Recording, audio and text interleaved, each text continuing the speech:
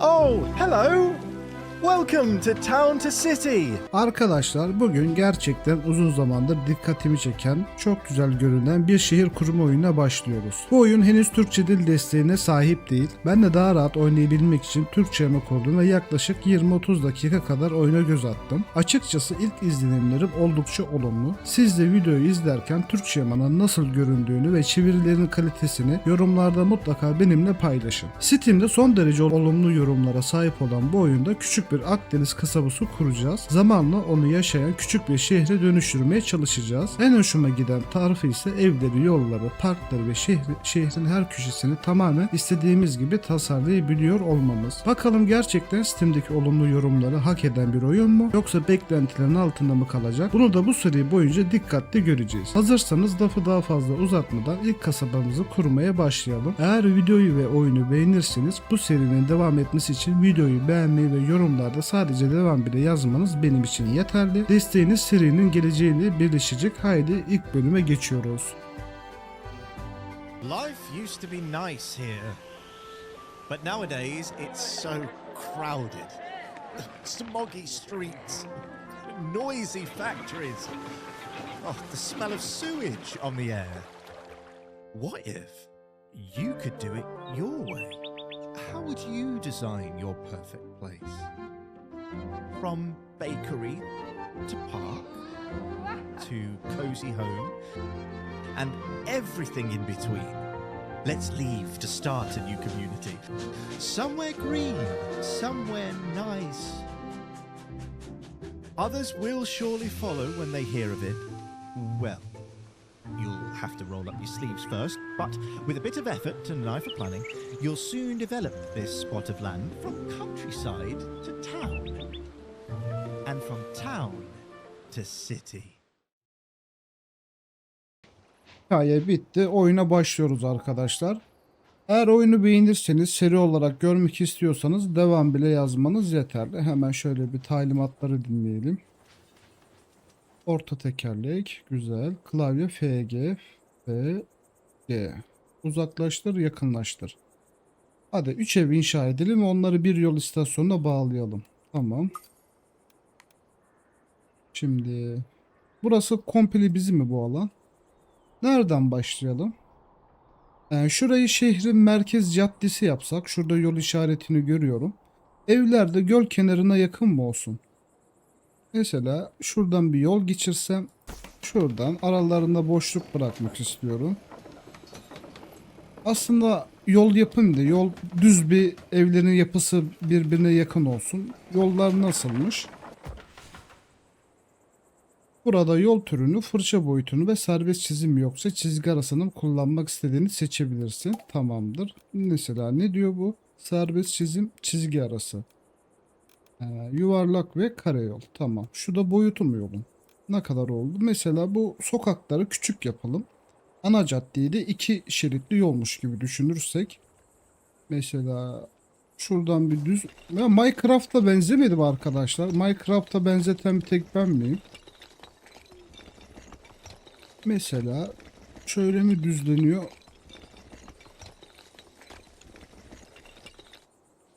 Tamam. Bir de şuradan uzatalım. Buradan yakala. Güzel. Buradan da böyle çıksın. Şuradan da ana cadde yolu geçirmek istiyorum. Ve Türkçe mayı nasıl buldunuz? Yani oyuna bence Türkçe may gelmeliler.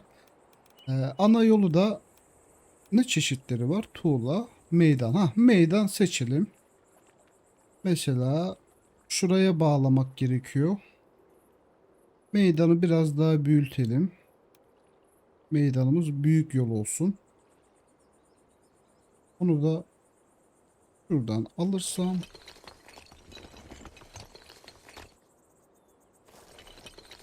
meydana düz bir yol vermek istiyorum.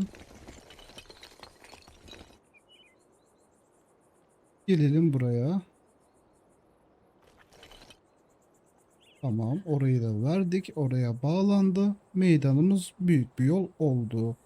Şimdi şunu tekrar seçiyorum. Tekrardan şunun boyutunu aynı yapmam lazım biraz daha.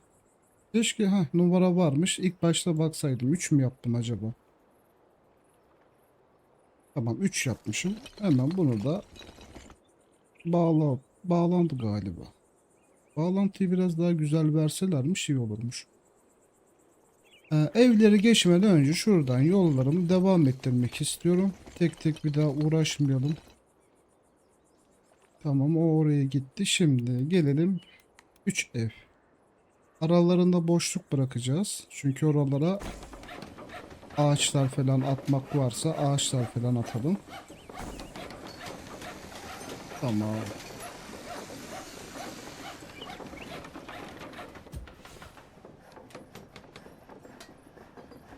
Ne güzel inşaat edildi ya. Bir de her eve farklı renk verdi. Bu hoşuma gitti. Güzel.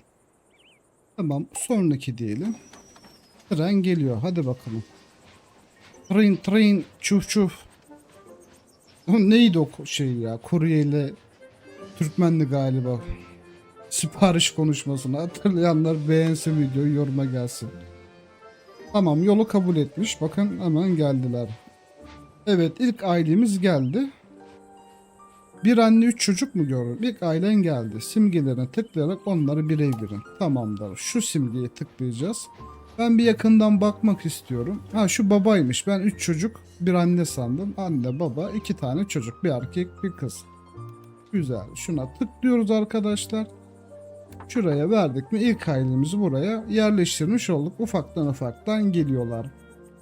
Steam üzerinden çok olumlu yorum almış bu oyun. O yüzden dikkatimi çekti. Şehir kurma oyunlarını seviyorum. Hayatta kalma oyunlarını seviyorum. Eğer siz de bu tarz hayatta kalma şehir kurma oyunlarını seviyorsanız eve tıklayın. Bir saniye. Aileye bir ev verildi. Üzerine tıklayarak konut bilgilerini açın. Tamam diyelim. Açtım burası. Sıcak ve güzel bir ev sakinlerin mutluluğunu arttırmanın ana yoludur. Ancak şu anki pek bir fayda sağlanmamaktadır. Sakinlere gıda binalara erişim imkanı vererek bunu değerlendirebilirim. Tamamdır. Yemek yerim açıldı. Tamam 2 tane yemek yeri açıldı. Neymiş isimleri? Kümes hayvanı tezgahı, peynir tezgahı. Ha, bunları market, pazar, bakkal olarak düşünürsek meydana mı yapsak bilemedim ki. Mesela şu tarafa erişim veriyor mu? Aslında yakın. Ya da şuradan ince bir yol çizip ya da buraya mı versem?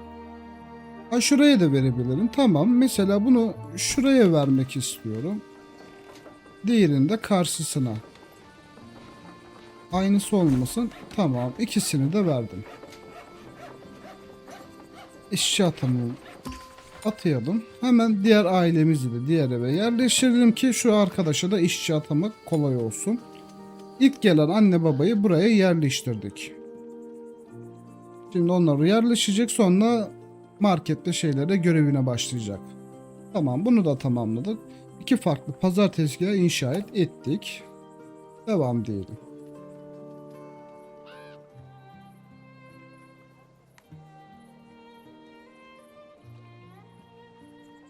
Tamam işçileri atadık, sadece gelmesini bekliyorum. Bir aile daha geldi, hemen onları da şuradan tıklayalım. Niye tıklamıyorsun? Ha, şuna tamam demediğim için tıklamıyormuş. Tamam diyelim. Neymiş abi? Depo. Depo önemli. Şimdi depo bunların ana şey olduğu için depo şurada nasıl olur sizce? Şurada bence depo güzel olur. Depomuz da inşaat edilsin. Ben şu aileyi de yerleştireyim ki depo içinde bir çalışanım olsun. Ev yapabiliyorsam şuraya bir ev daha. Ev yapmadan önce o zaman bir yol çekin. Tuğla yol, meydan. Tuğla yolumuzu seçelim. Ne kadar uzanabiliyorsa burası uzatalım. Göle 01. Şuraya gelecek kişi şanslı kişi olacak. Eve tıklayalım. Aralarında yine boşluk bırakarak yolu da şey yapmadan şöyle sıfırına bir ev daha mı yapsam? Bu evler birbirine yakın olsun. Tamam. Depomuza tıklayalım, hemen depoya da adamımızı verelim. Tamam diyelim, işçimizi ekleyelim. İşçi bakın köprü kurmaya başladı. Tamamdır. Bu aileyi de tıklayalım. Burada boş evlerimize yerleştirelim. Tamam, bunların hepsi tamamladık. Sonraki diyoruz. Eve tıklayın. Birçok farklı dükkana erişim büyük ölçüde sakinlikli mutluluklarını arttırır. Tamam. Bu ev her dükkana bağlantısıyla size daha fazla günlük gelir sağlar. Teşekkürler. Her ev, dükkan ve deponun bir dekorasyon puanı vardır. Bu puanı binada yaşayan ve çalışan insanları da mutlu eder. Tamamdır. Yani şu süsleme puanı 2'ymiş. Buraya tıklayarak süslemeleri ekle diyor. Şunların ne kadar süslememiz var?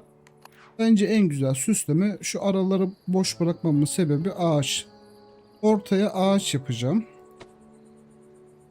Ağaçlar otomatik değişiyor mu her seferinde şey mi yapsam? Bir tane de bundan yapalım. Gerçekten ben Minecraft'a benzettim. Bir tek benzeten umarım ben değilimdir. Sizler de yoruma yazın oyunu nasıl bulduğunuzu.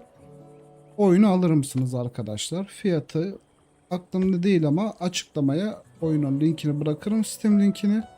Oradan ulaşabilirsiniz. Mesela sokak ışıkları. Sokak ışıklarına şöyle evlerin arasına birer tane şöyle ekleyelim. Onları mutlu etsin. Yani sokağımızın ışığı olsun. Buraya eklemeyeceğim. Buraya bir şey ekleyebilirim. Mesela geldik. Dükkanlarımız karanlıkta kalmasınlar. Şuralara ekledik mi şimdilik bu iş görür. Bir ailemiz daha geldi. Ailelerimiz de geldiği için şuralara karanlıkta beklemesine ışık ekleyelim. Bu ailemizi tıklayalım. Buraya diğer aileyi de alalım. Buraya bir evim daha boşta. Şimdi yemek konusunda sıkıntı yaşıyorlar gibi. Birer tane daha mı eklesem acaba? Yemek şimdi ne diyor? 4 farklı süsleme yerleştirin. Tamam, ağacı yerleştirdik, ışığı yerleştirdik. Üçüncü süslememiz kuyu. Mesela burası değil de bunun ışık koyduğumuz için arka tarafına bir tane kuyu, bir tane buraya, bir tane buraya, bir tane buraya, bir tane buraya. Oturak. Şu küçük yerlere de şöyle oturak eklersek bence güzel olur. Hemen oturaklarımızı da ekleyelim. İnsanlarımız mutlu olsun. Oturağın yanında başka ne ekleyebilirim?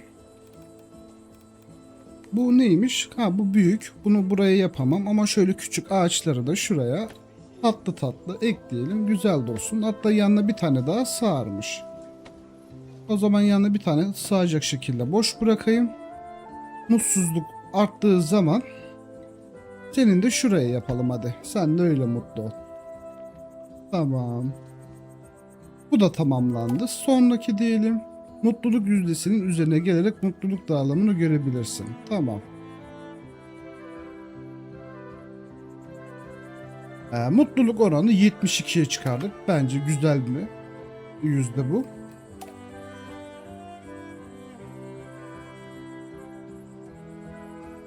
Nüfus yoğunluğu arttıkça mutluluğu azaltırmış. Ne yapmak gerekiyormuş? Mutluluğu koruman için diyor parlak ve açık alanlar oluşturun. Daha fazla bina araştırın ve inşa edilen binalarına bağlayın. Bu araştırma merkezi inşa edelim. Tamamdır. Araştırma merkezimizi nereye yapalım? Şehrin merkezine yapmak daha mantıklı gibi geldi bana. Mesela depomuzun şurasında dursun araştırma merkezimiz. Eğer ses çıkaran bir şeyse evlere gitmesin. Şuraya da ince yol çekeriz. Buralara da süs park gibi şeyler varsa onları yaparız. Şimdi bir ailemiz daha var. Tıklayalım abi. Yerleştirelim. Şimdi depo çalışanımız var değil mi? Ama şuraya ulaşmıyor nedense. Burada ekstra bir çalışan istiyor mu? Yok. Çünkü ekstra çalışan için aile sayılmaz. Hızlı bir şekilde biraz ev inşa edeyim. Şuralara birkaç market daha düşünüyorum. Mesela şöyle yapalım abi, birbirinize eşit güzel bir site olsun burası. Aynı boşluklar, aynı şeyler burada da olsun istiyorum. Düzeni bozmayalım. Elimden geldiği kadar bunları karşılıklı burayı biz site sokağa dönüştürmek. Bunları yaparsak sayıyı arttırırsak market sayısını da arttırırım. Senin ev neden öyle? Mesela dönüşüm aleti yapı aracını taşı. Bunu taşımak istiyorum. Burada bir hata olmuş. Tamam. Evin arkası bakmış buraya. Yol olmayınca da kabul etmedi. Şimdi oldu.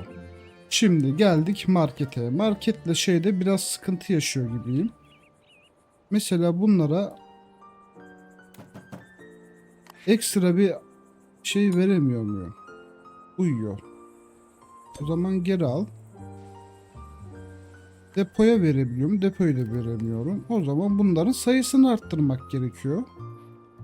Hemen abi şu alanı boş bırakmamız sebebi bunun için olsun. Yeşili buraya, bunu da buraya yaparsak bence yemek konusundaki şikayetler düşecektir diye tahmin ediyorum. Sonra bu göreve döneceğim.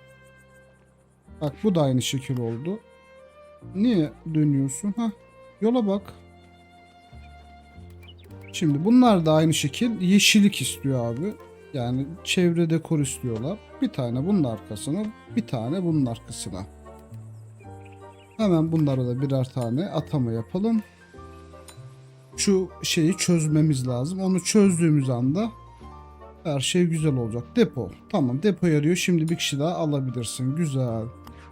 Gelin abi boş evlerimize yerleşin. Siz de gelin abi boş evlerimize yerleşin. Siz de gelin abi boş evlerimize yerleşin. Araştırma merkezine bir işçi ekleyin. Hemen araştırma merkezimize bir işçi tamam diyelim. Burada mevcut araştırma puanınızı ve paranızı görebilirsiniz. Yani burayı kastediyor arkadaşlar. Yeni bir öğe araştırabilirsiniz. Şu araştırma işaretine tıkladım. Balıkçı tezgahını araştırmamı istiyor.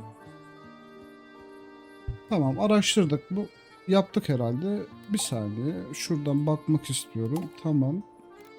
Neredeydi? Balıkçı tezgahı. Tamam, araştırmasını yapmışız. Şimdi bir tanesini buraya eklesek balıkçı tezgahımızın. Bir tanesini de buraya ekleyebilirim. Çünkü buradan artık yol gitmez. Onu da böyle ekleyebilirim. Hemen bu arkadaşa ekleyelim. Bak bu yine aynı şeyi yapmış ama ben yaparken onu şey yaptım, birleştirdim. Tamam. Bunun da işçisini ekleyelim abi. Depoya bir kişi daha almak gerekiyor. Depoya bir kişi daha alalım. Bakın buradaki kombinasyon etkileşim yapıldı. Trenden depomuzdaki mallar buralara dağıtılıyor. Çok iyi. Şimdi buraya bir kişi daha eklememi istiyor. Çünkü yoğunluk arttı. Ağaç çevre dekorlu ev istiyor. Ya bir de böyle var ya. Yani ev bulmuş ağaçlısını istiyor diyelim hadi. Hemen yine bizim klasik taktiğimizi buraya da uygulayalım. Bunlar onları mutlu ediyor. Ne demiştik? Ortaya ışık.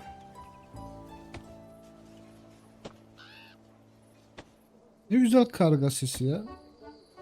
Hadi dükkanlarımızın da ışığı olsun diye şuralara da birer tane ekleyelim. Bundan ikini eklemiştim diye hatırlıyorum burada. Yine biz şuralara sığdırabilirsek birer tane daha ekleyelim. Geldik diğer dekorumuza, oturak. Bu hangi tarafa bakıyor? Bunun şeyini döndürme yok mu ya? Döndürmeyi nasıl yapabilirim?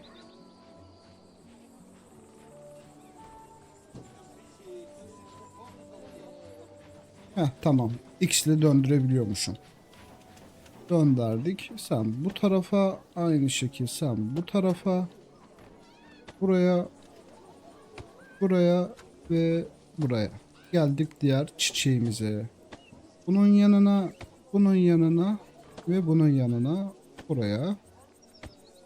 Çok güzel. Bir de kuyumuz vardı. Kuyuyu şuraya sıkıştırırsam kuyuda çocuklar oynasın, su çeksin. Güzel. Buraya kuyu olmaz. Şu büyük şeyi nereye inşa edebilirim? Çocukları mutlu etmek için. Bir de alan şeyi varmış bunların. Ortaya yapmak gerekirdi ama neyse bunu ekleyemedik. En fazla şey yapabiliriz. Mesela şöyle X ile buna yön verirsek bence şu ev arkalarına birer tane yaparsam birçok kişiyi mutlu etmiş oluruz. Şunla ikisini mutlu ederiz. Şöyle yaparsak bu ikisi mutlu olur. Bu ikisi Güzel, mutluluk oranını da bu şekilde arttırmış olacağız. Gerekli mutluluğu verdiğimi düşünüyorum. Şuradan çıkalım. Ana ne dedi şimdi? Nüfus 50 veya daha fazla yap. Tamam, nüfus için insanlar geliyor. Benim ev yapmam lazım ama ev yapmadan önce buradaki yere yemek ulaşmıyor. Neden? Depo elemanı mı almak gerekiyor? Yok. Buraya bir kişi daha alırsam ulaşır mı? Bu bir kişi istemiyor, bu da istemiyor, bu da istemiyor. Bu istiyor. Buna eklesek hacmi büyütmemiz lazım. Ne kadar büyütürsek bizim için o kadar iyi. Şuradaki istiyor mu? Onu vermişiz. Tamam da o tarafa neden gitmiyorsunuz? Depo şu an dördüncü kişi istemiyor. O zaman demek ki bizim bir depo daha açmamız lazım diye tahmin ediyorum. Mesela şuraya bir depo daha inşa etsem. Hatta şuraya etmek istiyorum çünkü buraya evler devam ettireceğim. Yolumuzu seçelim o sırada. Tuğla yolumuzu. Şunun çok mu sıfırından gittik? Neyse. Tamam, buraya kadar girsin. Hemen abi işçimizi atayalım. 2 tane gerekiyormuş. Oraya bağlantısı oldu. Bu bağlantı oraya yetmedi ama ya. Taneye yetmiyor. Niye yetmedi? Bir depo daha eklemiş oldum. O zaman sorunumuz şu olabilir. Buraya sığar mı? Tamam, ben şimdi bir şey yapacağım arkadaşlar. Şunu şöyle, tamam, çektim. Çok harika bir şey yaptım. 1 2 ve 3. Hemen birer tane işçi atamak istiyorum. Şimdi diyor ki depo bağlantımız. Buna eleman alsam sorun çözülüyor mu? Sorun şimdi çözüldü. Tamamdır. Güzel oldu. Şimdi ev inşaatını seçip şuraların, bu sefer başa 0 mı yapsak? Ortaları boş bırakacağım bunda.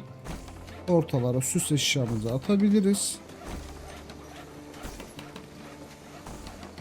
Tamamdır. Renkli renkli evlerimiz çıkmaya başladı. Güzel oldu. Şimdi kaç kişi bekliyor orada? Gelin arkadaşım. Siz de gelin. Ağaçları ekleyeceğim. Buradaki bir kişi uyuyormuş. Şunu çıkartalım o zaman. Uyumasın. Yani iş yok demeye getiriyor. Abicim, buradaki sorun neden çözülmedi? 2 depo işi görmedi mi? 4 tane çalışan var. Bana destek istemiyor. Bu hiç iyi olmadı. Bu sorunu çözer diye düşündüm. Bu sorunu çözmedi. Yani bu sorunu nasıl çözeriz? Böyle çözeriz tahminimce. Ama o zaman şöyle yapalım. Yolumuzu yine uzatalım. Oradaki alan bize lazım olur. Şurası iyi gibi. Tekrardan depomuzu seçelim. Bu sefer o sorun çözülecek.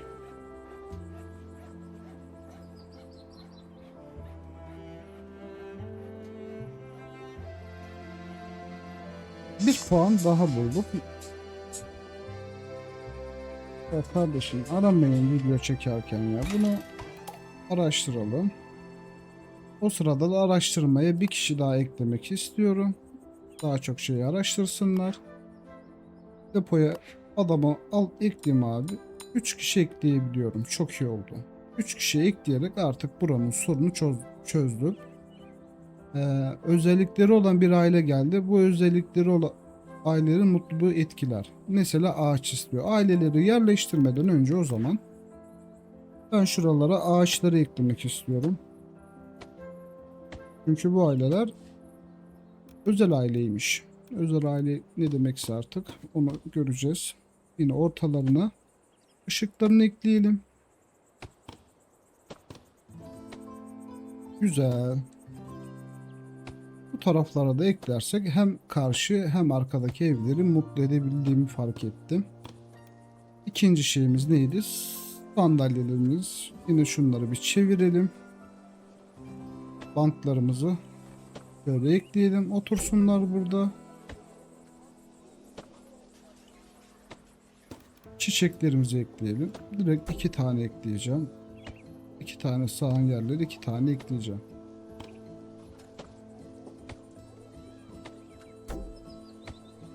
Güzel. Üçüncü şeyimiz neydi abi? Kuyularımızı ekleyelim. Kuyunun yanına bir ağaç daha sığdırmaya çalışacağım.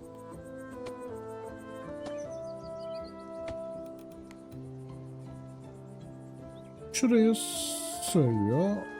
Buraya sığıyor. Güzel. Şimdi evlerin seviyesi kaç oldu? 88. Bence yeterli bir şey. Neredeydi o ağaç? %14. Bence iş görür. Sizi de %15 özelliği varmış. Buraya yerleştireyim. Burada boş şeyler fazla mı fazla olmuş işçiler. Onları çıkardım. Ya nasıl ya? Bunlar oraya niye gitmiyor abi? Sayısı az diye mi acaba? Ya da ben her seferinde her sokağa farklı bir yer mi yapmam lazım? Onu öğrenmenin en güzel yolu bu tarafa yaptığım zaman fark ediyor mu? Onu bir deneyeceğim. Böyle uzaktan bir bakayım. Aynen. O tarafa gidiyor. Buraya yaparsam o tarafa gidiyor. O zaman şöyle yapacağız. Tekrardan şuradan yol ekleyeceğim. İnceden bir yol. Tamam. Şimdi tekrardan yeme içmeyi seçelim abi.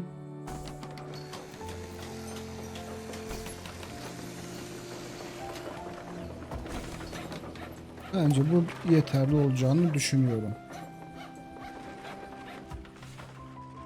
Şehri yükseltme aşaması geldi. Şu yemek şeyini çözdüğüm anda onu da yapacağım.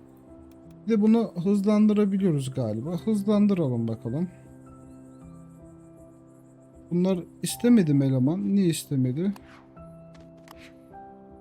Yok. Bunlara talep yok şu an. Ben anlamadım. Evlerin şeyi var ama. Yolu kabul etti. Yoksa işler yeni bir öğe araştırıldı. Tamam, ne araştırdınız? Meyve tezgahı. Tamam, meyve tezgahımız da var artık.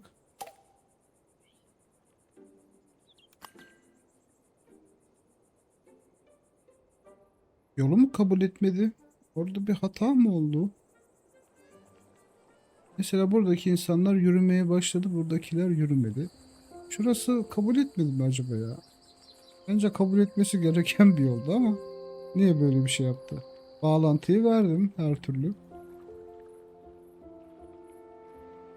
Yani şuradan zıplaya zıplaya geçilir ya. Geçilmez mi kankiler? Yazın yoruma. Yeni bir çiçek seven aile gelmiş. Buranın %8 gel. Arkalardan biraz daha atarsa bak şimdi kabul etti, güzel. Aha tamam, şey yokmuş. Aile sayılmazmış, tamam. Şuradan da depoya bir kişi ekleyelim. Tamam, aile sayısı olmadığı için okey. Ben şunları yerleştirdikçe onların aktif olarak şeyi isteyecek benden. Tamam, bir tanesini aktif etmemle bile yemeği çözdüm. Diğerlerini bekleteceğim. Yemek isteyenler olursa o zaman aktif hale getireceğim. Gel abi sen de buraya. Tamam, ailemiz eklendi. Hemen abicim ne yapalım? Yeni bir yol çizelim. Yeni bir meydan yapalım. Şurası güzel. Arkada boşluk kalsın. Oralara bir şeyler atabiliriz. Buraya biraz daha fazla ev sığdırabileceğimi düşünüyorum. Tamam, burası yeterli. Hemen şöyle yine başlayalım. Klasik aralarda boşluk bırakmalı.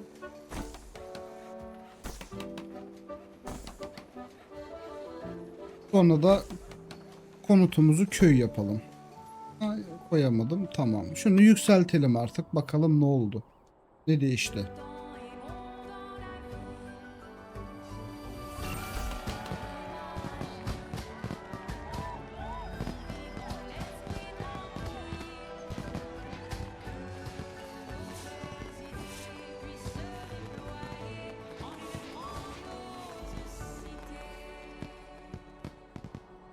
güzel müzik yapmışlar. Evet, şehir aşaması yükseltildi 2. Giyim açıldı, araştırma menüsü genişletildi. Çok güzel. Çok güzel. Müziğin sesini kısmışım galiba. Müzik az ses verdim. Hemen şurada seslerden 35, 45 iyidir. Hatta 50 yapalım. Belediye başkanı 1 dakika konuşabilir miyiz? Konuşalım canım benim. Ne istiyorsun benden? Kasabamızın müreffeh bir şehre dönüşüp potansiyeli konusunda hepimiz çok heyecanlıyız. Tamam. Her şey yoluna gidiyor ancak yeni gelenlerin bazıları sorunlar yaşıyoruz. Ne gibi? Önce kendine ev yapmanı öneririm. Bir posta kutusu olan bir ev. Böylece küçük kasabamızla ilgili herhangi bir talebimiz olursa sizi nasıl ulaşabileceğimizi biliriz. Tamam canım benim. Kendime belediye binamı yapmamı istiyorlar. Okey. Şimdi şunları atama yaparsam şuradaki evler çözülür mü acaba? Onu merak ediyorum. Aynı şekil şuraya eklesek. Depo oraya yetişmedi. Bu sefer depo konusunda bir sıkıntı yaşadık. Şuradan bir bağlantı atmak istiyorum. Buraya bir depo ekleyebilir miyiz abi? Çünkü yeni şey açıldı. Depomuz şunda mıydı depomuz? Burada. Ha, belediye binası orada. Önce ben bir depo işini çözerim abi. Bu arkadaşların yemeğe ihtiyacı var.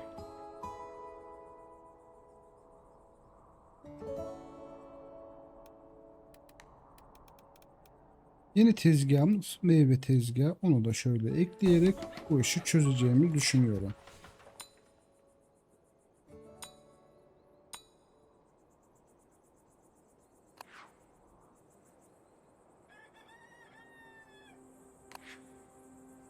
Bunlar yine boşa mı çıktı ya?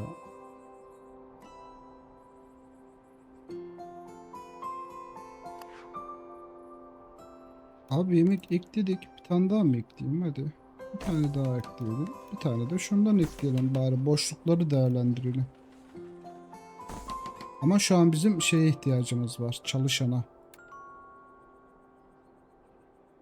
Tamam. Böylelikle bunu da çözeceğiz. Güzel. Mutlu oldular. Çiçek desenli. Sen şöyle bir oturmaya başla. Çiçeğiniz benden. Çiçeğe. Hatta 2 ağaç sabitlemiş. Direkt 2 ağaçla başlayacağım. Aralara kuyu. 2 ağaç arasında kuyu. Bunların arası boş kalmadı. Şöyle atalım. Onları her türlü bu mutlu eder. Geldik oturaklarımıza. Hemen yönünü tekrardan değiştirelim. Bu sefer 2 tane oturak atıyorum. Aralarına çiçek atacağım, ışık atacağım. Işığımızı seçelim.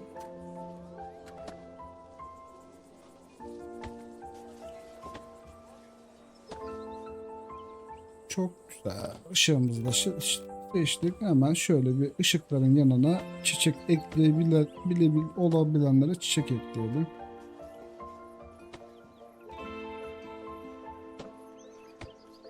Daha ne olsun? Boşlukları ağaçlarla dolduracağım ki mutlu olsunlar. Uzaktan da şöyle baktığımız zaman nasıl duruyor? Çok güzel bir kasaba oldu bence. Ne diyorsunuz? Güzel. 85 mutluluğumuz var. Şimdi nüfus sayısı arttığı için buralara birer kişi ekleyebilirim. Hemen dostum gel. Burası %20. Sen burayı seversin. Sen de burayı seversin. Sayımız artsın abi. Sayımız arttıkça buradaki kişileri ekleyebiliyorum. Araştırmada 8 tane yer açıldı. Çiçek açılmış. Gerek yok. Mesela giyim. Önce giyimimizi verelim abi.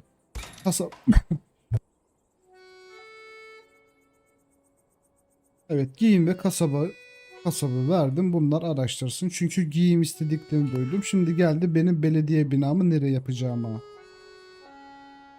Bir aile daha gelmiş. Son şurada bir boş evim var. Geldik belediye binasına abi. Şu göl manzaralı yer benim olmalı. Çünkü ben başkanım. Yolu böyle veririz. Yolu öyle vereceğim için sıfır. O manzarayı göreceğim abi.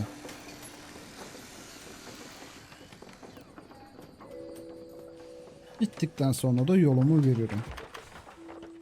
Güzel. Şuradan başladık. Şöyle şu yola birleştirdik mi? Yolumuz hazır. Tamam. Mektupta işbaşı yaptı. Ee, Belediye başkanının yolu ışıklandırmalı olmazsa olmaz. Böyle bütün her şeyi halledip de karanlıkta yürüyemem.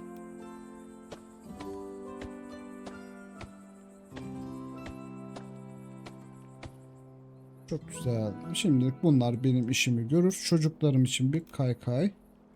Burada oynasınlar. Şöyle bir kuyu. Bunları hak ettiğimi düşünüyorum. Tamam. Kapat abi. Çit önemli. Kendi evimi nasıl çitleyebilirim?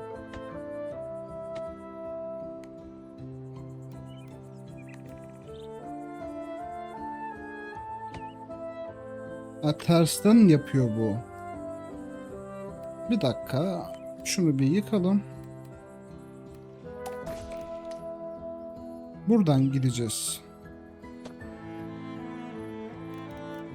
Yine çözemedim. Tamam, şimdi çözdüm.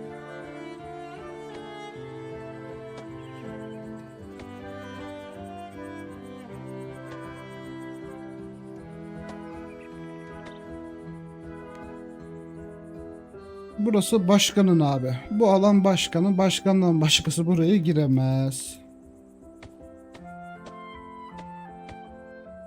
Bizim hanımları çocuğu da mutlu etmek lazım. Merhaba başkan. Merhaba canım. Buraya taşındığımda en sevdiğim terzimin yokluğuna hayatta kalmak gerektiğini fark ettim. Korkarım ki bu odadan çok uzaklaşıyorum. Lütfen küçük kasamıza bir giyim mağazası açar mısın? Ve kırmızı kıyafetle satıldıklarından emin ol canım. Büyük şehirde son moda olduğunu duydum. Peki. Biz araştırdığımızda gelmiş miydi buraya? Kasap gelmiş. Şey nereye geldi acaba?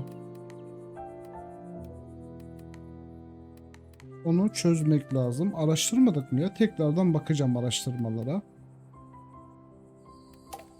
Tamam, bu evi yaptığım için mutlu oldu. Harika eviniz, harika görünüyor. Tabii başka ne böyle olur. Tamam, siz postanızı atın. Ben onlara bakarım. İlgili şey varsa ilgilenirim.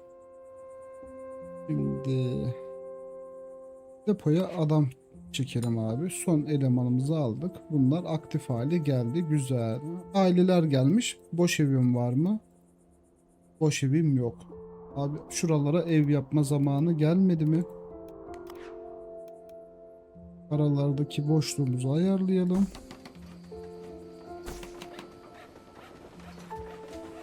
Şuradan bir yol çekerim diye orada sayıyı biraz fazla yaptım. Boşluğu. Buraya sığıyorsa 2 tane ev. Tamam, 2 tane de oraya atalım. Abi yerleştirmeden önce klasik şeylerimizi yapalım. Şu klasikleri geçmeden önce ben abi şu yolu şuraya bir çekeyim. Bu yol şimdiden kalsın ki ağacımızı seçelim. Nereden başlayalım? Şuradan başlayalım.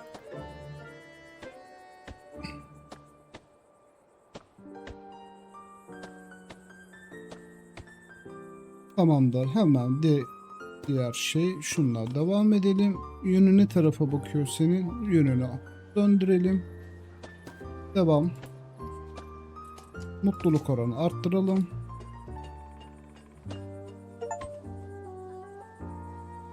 ...500 dekor yapmışız bak. Ödül verdi Steam'de. Güzel. Tekrardan ışığımızı seçelim. Oturakların arasına ışık ekleyelim.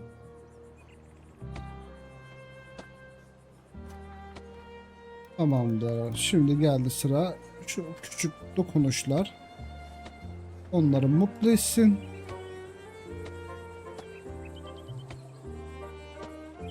Evleri çit yapmayacağım çünkü birbirine çok yakın yaptım.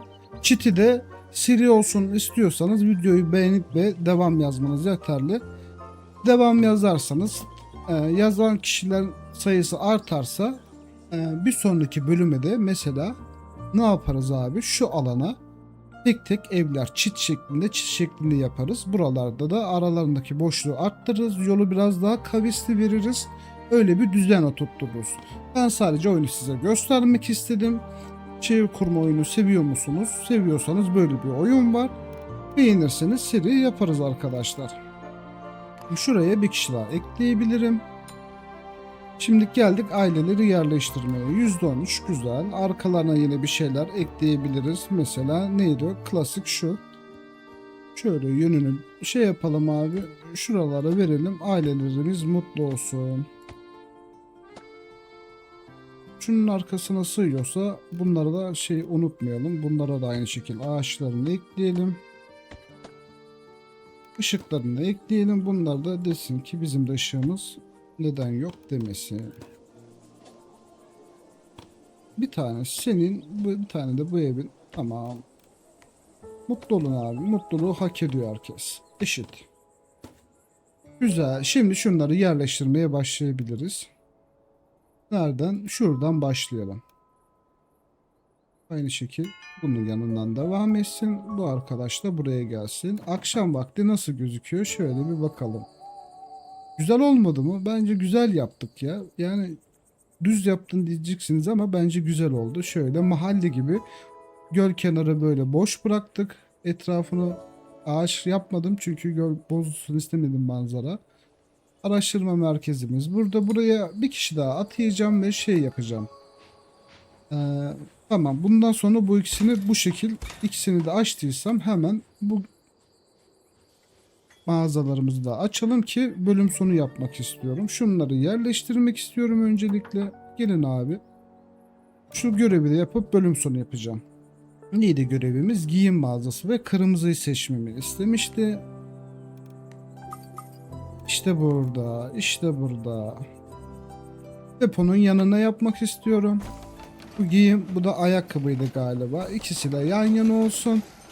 Bunları da aktif hale getirip abi ben seni öyle vermedim ki ama. Hah, ben seni böyle verdim. Yolu da bozmuş. Yapma işte bunu ya. Bak. Gerçekten sinirlendim şimdi. Yolu da bozmuş. Ön caddeye vereceğim. Burayı kendiliğinden düzelmiş. Tamam. Tekrar gel. Bozma. Bozma. Tamam. Hemen. Hayır. Kalsın öyle. İlk elemanımızı atayalım. Buraya da atayalım. Bir kişi daha mı istiyorsun? O kadar kişi var mı ya? Hala istiyor ya. Vay be. Hepsini verdirecek. Tamam. Şimdi ne dedik? Bunun seçmemiz lazım. Rengini nasıl seçiyoruz? Tamam. Kırmızı. Bak mutlu oldu. Hemen geldi. Aynı şekil ayakkabıda da yapabiliyor muyuz? Yok. Ayakkabıda renk belirleme yokmuş. Bu arkadaşımızla, vatandaşımızla mutlu ettik. Başkanım. Oldu mu istedim? Şimdi üzmeyelim, harika görünüyorsun diyelim. Güzel, buradan da görevi tamamladığımız için 125 dolar aldık. Paramız 600'e çıktı. Paramız 900 galiba 1000'e doğru gidiyor. Bu bizim gelirimiz mi? Gelirimiz olabilir. Vatandaşlardan aldığımız gelir olabilir. Bir mektup gelmiş. Ev var mı? Bir tane evim kalmış. Diğer tarafa alamıyorum. Evet arkadaşlar, bu bölüm sonuydu. Oyunu beğendiyseniz like atmayı unutmayın. Biri olsun istiyorsanız, yani ben bir bölüm çekip atacağım. Devamı etmesi sizin elinizde. Dediğim gibi devam bile yazmanız benim için yeterli arkadaşlar. Eğer güzel bir yorum ve beğeni sayısı fazla gelirse dediğim gibi bu alana tek tek evler yapacağım. Çit çevireceğiz. Çitlerin içine daha düzenli bir ev yerleştireceğiz. Burası biraz daha nizik kesim olur. Tepeleri de muhtemelen bunların 2 katlı, 3 katlı, 5 katlı açılır. Şehrin şu tepe şeyine de onları dikeriz. Benden bu kadar. Gerisi sizin elinizde. Kendinize çok iyi bakın. Görüşmek üzere.